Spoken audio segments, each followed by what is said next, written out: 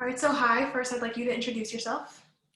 Hello, my name is Amari, also known as BajaaLyte, and I am the founder of BajaaLyte Candles, and I just dropped my line, Meraki Magic. Hello. So, first question that I've been wanting to ask is how did you get your idea or your concept for your business? Okay, so a couple years ago, I started my journey of self-love, healing, and awareness. And throughout that journey, I discovered that a part of my purpose is to spread light. And I love candles so much. I spend so much money on candles, and I just figured why continue to spend money being a consumer, and I can just make my own. And I felt like it was a good way for me to spread a little light. My candles are loaded with different herbs and just a lot of love, essential oils, a lot of holistic properties to help with your journey of healing and your self-love. It helps create that sacred space for you. So that's just a little bit of how I came up with that idea and my intentions behind it. Was it something that you've always wanted to do, like whether it be making candles or was business like something you've always wanted to do, or did you fall into it?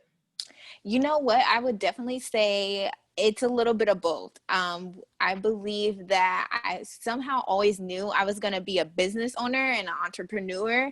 I Mhm. didn't know in what. I went down many different avenues of trying to find my place, right? Okay. Um, and through that journey, I just discovered, like I said, I stifled my creativity. So that was a big thing. And once I got connected with my creativity, it helped me realize, oh, I can make whatever I would like to make. And with the candles, it was kind of like that. It was like, I love these candles. Let me try to make my own. And all right, now I'm making my candles. Let me go ahead and monetize this thing that I enjoy doing. Is this like what makes your candles unique? What separates you from competition? I would say what separates my candles from the competition is I include a lot of love and light. I don't want to sound repetitive, but Oh, it's you're good. okay. Yeah, it's a lot of love and light made with these candles. The line that I just dropped is called Meraki Magic, and I felt like that was the perfect term to describe these candles. These are really magical candles with the intentions that I set behind it. Meraki means to put your heart and soul and everything into the things that you create. And I really take my time when making my candles. I'm super intentional about the herbs that I incorporate in the candles. They're just specially made, specially handcrafted, and designed to spread light. Whenever I make these candles, I set the intentions for them to bring healing, like meditation, Right. holistic therapeutic values Mhm. are intended with these candles. So with any space that they're enter, that will manifest with any time that you light the candles. So I've definitely taken a liking to your page, and I do see that you're all about self-love and self-enlightenment. So when do you think that first started? Oh gosh. Self-love. Let me tell you, when I was about getting ready to turn 21. So this is about almost 4 years ago. I got to a point in my life where I just did not feel whole. Honestly, like there was no hope. There was no hope. And that's a dangerous space to be when you are just going through the motions without any direction.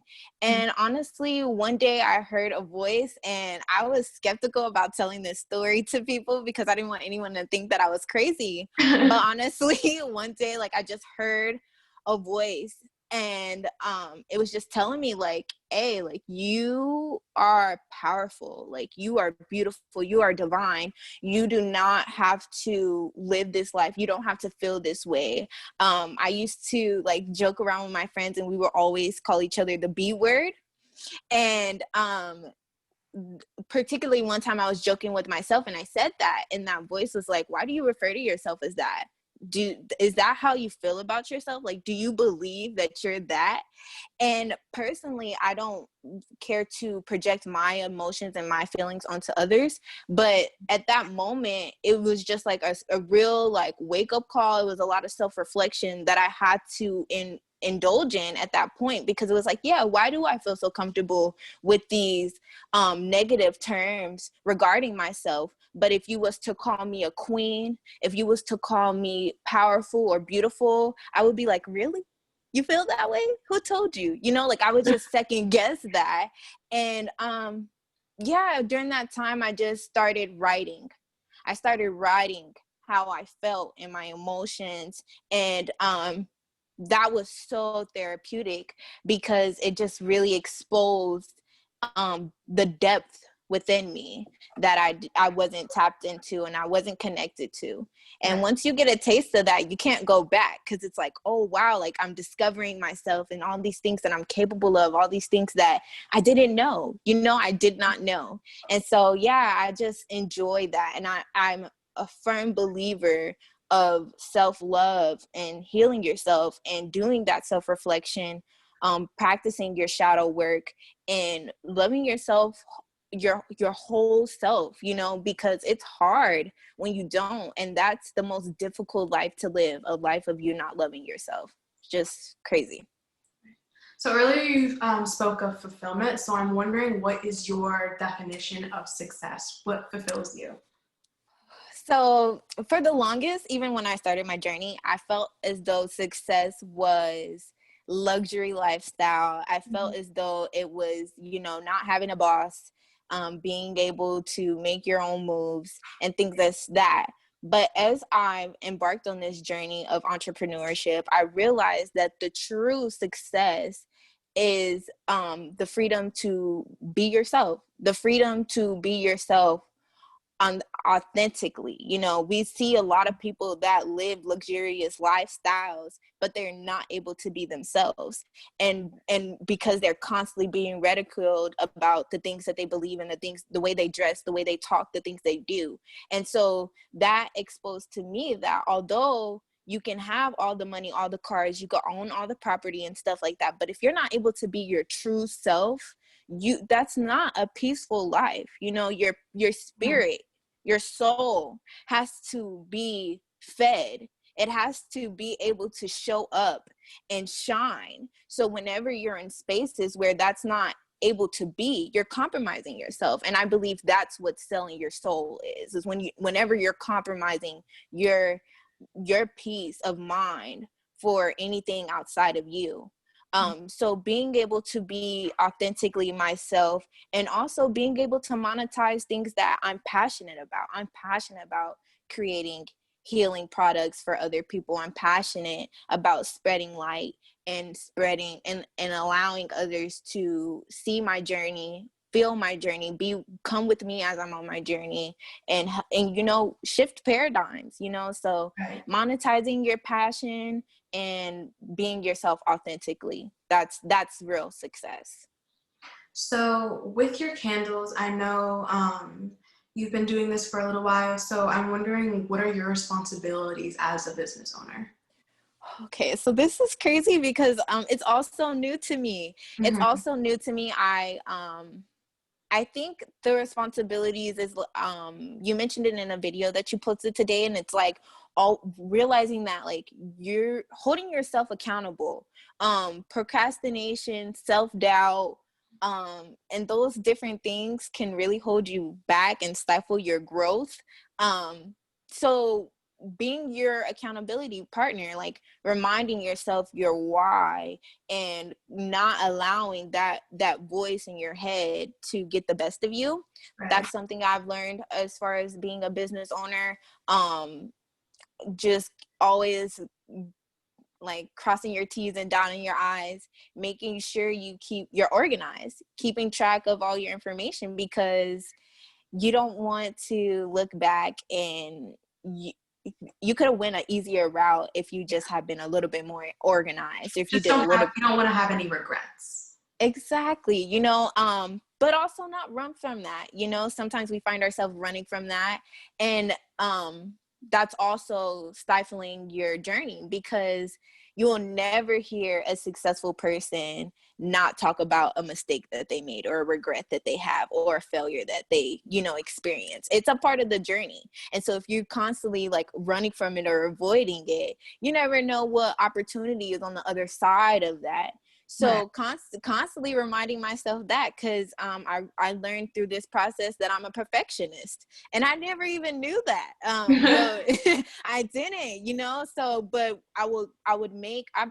I started making candles at the top of the year, top of last year. We're in 2021 now. Gotcha. It's so new, so yeah. So yeah, so new. But I started making the candles, and I was so passionate about it, but I would make a batch and I'm like, no, it's not good enough. And I would make a batch and I'm like, no, still not good enough. And I kept doing that. I would have talks with people that I love around me, and they'll be like, girl, put them candles out. Like, just put them out, like, put them out. What's the worst that can happen? A starting point is just that. It's just a starting point. It's just stepping out, putting your foot in the water and getting in, So I was just like, yeah, I didn't realize I was a perfectionist. I didn't realize a lot of different things about myself. So it's just teaching me to constantly learn yourself, and get over fear. Fear is the worst, like your biggest enemy, fear. So you were talking about how some struggles you had starting your business and some high points. Do you have any advice for young entrepreneurs like yourself? Just do it. Just do it. Just do it. I promise, because there's a million reasons why you shouldn't, or who's this and that, but there's even more reasons why you should, right? Anything that you desire in your heart, it's because your soul was designed for it. If you're desiring it, it's because that's you remembering what your purpose was. It's you remembering. It's like giving a craving for what feeds your soul, So if you have that, follow that to the end, no matter what anyone else says, no matter if no one supports you, no matter if no one can see your vision, because at the end of the day, you can, no one has the same exact vision as you. Only you have to believe in that full throttle, like no turning back, because that's your key. That's what's going to keep you moving. That's what's going to give you your grace, the belief and the faith that you have in yourself and your vision. I would also say not getting discouraged if you see people doing the same thing that you're doing, and they are, maybe they have the same idea or concept as you, or maybe they're just doing it and they're doing it better than you at this moment, whatever the case may be. I know a lot of times subconsciously, especially in the social media era, you subconsciously just feel yourself in competition with people you don't even know. And it's like, it's just like, it can be defeating. And I had to tell myself, like, yeah, there's plenty of beautiful Black women making candles, and you're a part of the crew. Like, it's kind of like if this was your band, and you're in band class, like if they're playing the same instrument as you, that doesn't stop your instrument from shining and you making the music that you make. You guys working together and both showing up is you guys making beautiful music for the universe. So not getting discouraged if you see someone doing the same thing as you, because it will never be you, right? You're the only one with your magic. So remember that, believing in yourself. And I think one thing for me that I'm going through right now is kind of like, it's so foreign. Like, I didn't learn this stuff in school, and I went to a business-oriented school, but they still didn't teach me about your LLC and a registered agent and your EIN and opening a business account and managing your money and how your taxes work and all these different things, and how to get started, how to make a logo. They didn't teach us that. And it can be very intimidating, because you're like, it's so much things that I have to do. I have to market, I have to, create a budget, all these different things. And it's like, yeah, just start on one spot, and just, you're going to see yourself continuing to be consistent, persistent, and diligent. Just starting in one spot and just going, learning on the way. So speaking of consistency and persistent, where do you see yourself in the future? In the future, I see myself owning a boutique, both online and a brick and mortar. And I just see myself providing a whole line of healing tools that you can use for those of us that suffer from anxiety and depression or just overall lack mentality. I feel like that's really my calling. I fight with that daily. I fight with a lot of those things that I mentioned. And so with the tools that I create, the magic that I create, I just really want to bring soothing to that energy. I like to identify myself as an energy healer.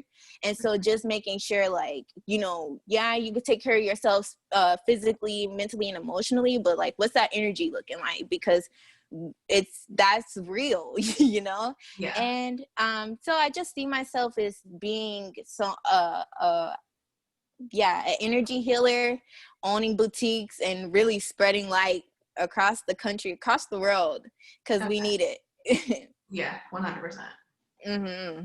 All right, so lastly, I just want you to plug yourself and make sure everything's out there so people can go and check you out. Okay, thank you so much. Again, my name is BajaaLyte. My Instagram is Baja with the Light, and I also have a YouTube channel that I talk about my journey and just growing and evolving. So you can find me there at I am BajaaLyte on YouTube. And yeah, those are my two pages that you can find me. All right, well, thank you so much for letting me interview you. I'm going to go ahead and Of start the course. recording. Yes, thank you for having me. Peace.